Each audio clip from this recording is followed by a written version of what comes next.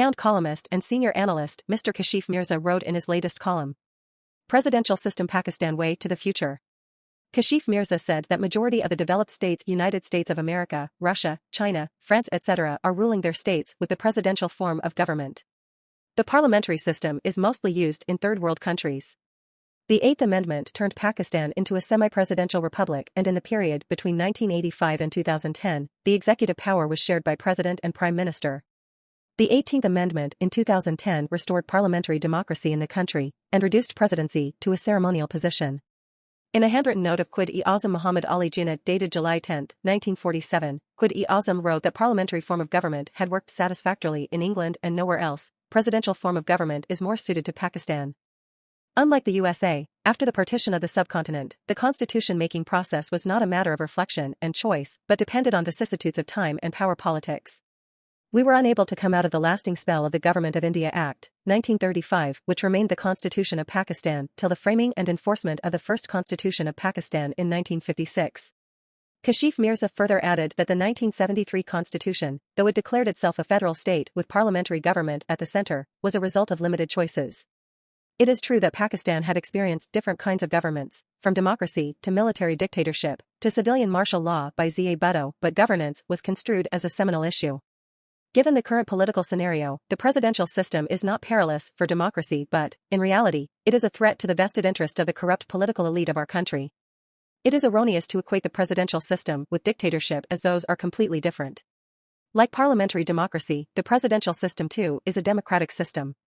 In the presidential system, the president is elected either directly by people or through an electoral college, which makes the executive power concentrated in his office. The president derives his authority from the constitution and law, unlike the dictator. The president is elected for a definite period of time, but that is not the case with dictatorship. Kashif Mirza further stressed that the U.S. Constitution is regarded as the father of the presidential system of government. It worked well over the last more than 2 centuries and is considered one of the main reasons for building the USA into a strong nation and eventually into a world power in the 20th century. The U.S. constitutional model has been followed in the countries that came under U.S. influence in the 19th and 20th centuries. The U.S. Constitution revolves around the doctrine of separation of powers coupled with the system of check and balance. The American Constitution divides the governmental power into legislative, executive, and judicial categories. Comparing with presidential system, Kashif Mirza further explained that Britain has been exercising the parliamentary system since last 200 years, where the nation is 100% educated with fully disciplined life in dealing and regarding the rule of law. Besides the Government of India Act 1935, Pakistan inherited penal laws and its procedural code from the British legal system, along with Sharia laws. This has in effect formed a hybrid legal system within the country. The confused state of laws, and uncertainty for the common man to ask for redressal, has delayed justice.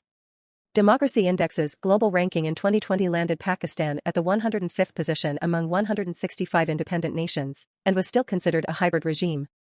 Mr. Kashif Mirza further wrote, "It is also pertinent to mention here that under the presidential form of government, the president cannot act capriciously, arbitrarily, or according to his own personal whims. The Congress in the USA has power to impeach the president on the grounds of conviction, bribery, or other high crimes and misdemeanors. It can refuse to ratify a treaty negotiated by the president. The U.S. Supreme Court can declare a presidential action as repugnant to the Constitution if the same is ultra vires the Constitution. It is clear from this discussion that the president cannot go beyond the sphere of powers allotted to him by the Constitution and law. In the presidential system, the president is elected by the people directly, which makes the power concentrated in his office. It preserves the head of the government from the fear of being ousted by the opposition, which leads to a focus on public development and service delivery. This lack of fear also entails the depoliticization of administration. Talented and skilled manpower is sought to ensure efficient service delivery, as the president must maintain its popularity with the masses." Kashif Mirza highlighted the factors contributing towards in the parliamentary system. There is no separation of powers between legislature and government.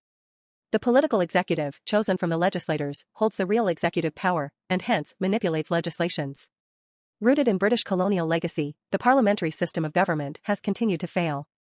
Given Pakistan's political realities, the presidential system might deliver better results, as the presidential system is far better than for Pakistan rather than the parliamentarian system. Kashif Mirza urged that under the presidential system, the president is the de jure as well as de facto head of the country's administration. The president enjoys complete discretion in selecting those people as ministers who possess potential to discharge duties of their respective portfolios effectively and ably. In a holistic view, if people in Pakistan want presidential democracy, it can be introduced through a constitutional amendment. Parliament can amend the constitution with two-third majorities of its houses. Kashif Mirza proposed that a referendum can also be held under Article 48 of the Constitution of Pakistan 1973, which reads as if the Prime Minister considers it necessary to hold a referendum on any matter of national importance, he may refer the matter to a joint sitting of the Parliament, and if it is approved in joint sitting, the Prime Minister may cause such matter to be referred to a referendum in the form of question that is capable of being answered by either yes or no. Given the current political scenario, the presidential system is not perilous for democracy but, in reality, it is a threat to the vested interest of the corrupt political elite of our country. Although the process of amending the Constitution is described in Article 238 and 239. After the 18th Amendment now, if the joint session of Parliament gave approval of that question, then the government can hold the referendum in the country. Out of the four types of regimes, full democracy, flawed democracy, hybrid regime or authoritarian regime, the country has become the sixth most populous country in the world with an estimated population of 230 million people, and it may reach 403 million by 2050. With one of the world's largest youth population, as 65%, the country is ranked as 122nd out of 190 countries in the world in terms of quality and accessibility of healthcare. As 27% of Pakistan's population lives below the poverty line, the average Human Development Index and the GDP are the lowest as compared to other South Asian countries, and behind all these, one of the chief reasons is Pakistan's fragile political system. In our parliamentary system, members of parliament change their loyalties and are out to blackmail and pressurize the government for their own interests. That's why most of the governments has to use the power of the president to promulgate ordinance frequently. Although major reforms are required for the presidential system in Pakistan, presidents should be the sole man with supreme authority, and he should be sharing the power with Senate only.